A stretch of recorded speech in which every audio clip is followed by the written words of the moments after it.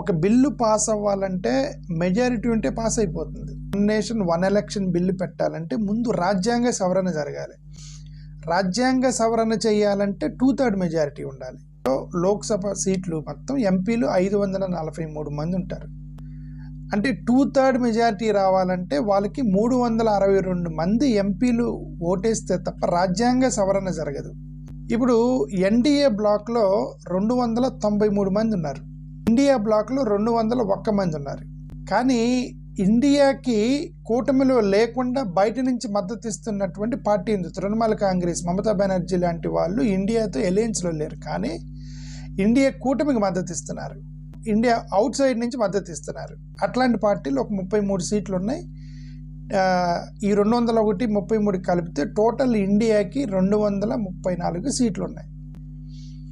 ఇప్పుడు ఎన్డీఏకి 293, ఇండియాకి 234 బలం ఉంది పార్లమెంట్లో.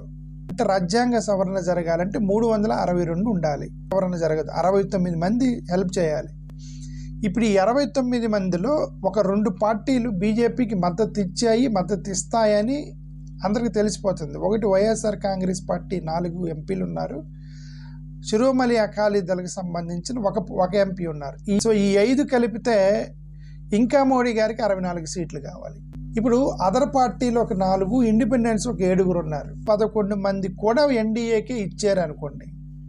నేషనల్ ముస్లిం లీగ్ పార్టీస్ సరే ముస్లిమ్స్ అయినా ఇచ్చారే అనుకోండి. ఈ 11 మంది ఓడిస్తే ఇంకా మోడీ గారికి 51 మంది కావాలి. 51 మంది ఇండియా బ్లాక్లో నుండి తన వైపుకు తిప్పుకోవాలి మోడీ గారు. ఈరోజు జరిగిన ఓటింగ్ చూస్తే ఏంటంటే 76 మంది ఆబ్సెంట్ అయ్యారు. రోజు 467 మంది మాత్రమే ఓట్లు వేశారు. 76 మంది ఆ రోజు కూడా రారనుకుందాం.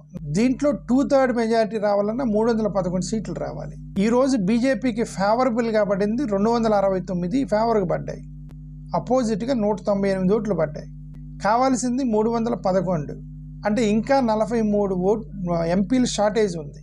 3 ఆప్షన్ ఉంది. 3 ఆప్షన్ ఏంటంటే ఇప్పుడు ఆబ్సెంట్ అయినటువంటి 76 మందిలో బీజేపీకి సంబంధించిన వాళ్ళు ఒక 20 మంది రాలేదట.